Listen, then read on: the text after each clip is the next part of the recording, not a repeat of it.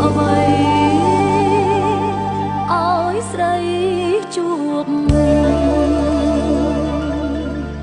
ក្លិនអើ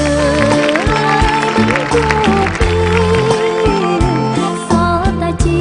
តិកប់នៅបិទបាំងចំណែ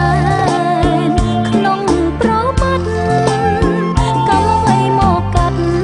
ឲ្យប្រត់ពីប្រាសម្បត្តិជាសាក្សីគួរអីប្រែជាបំភ្លេចបានទោះជាសត្វដែលរឆានគង់យំបោកប្រានព្រោះចិត្តសាវាមិនគួរចោលសាច់ស្រវាឆ្អឹងចោលពេជ្រច្រឡឹងប្រឹងអោបទុកខាចោលខ្នើយទៅកោយលើបន្លាយល់លាមុខជាផ្កាអស់ចាហើយសង្សារខ្ញុំ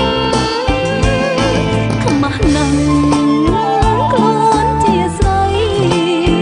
រួចធ្វើអ្វីនាំតែរងទុក្ខធំភ្លើងស្នេហ៍ដុតរលក្តី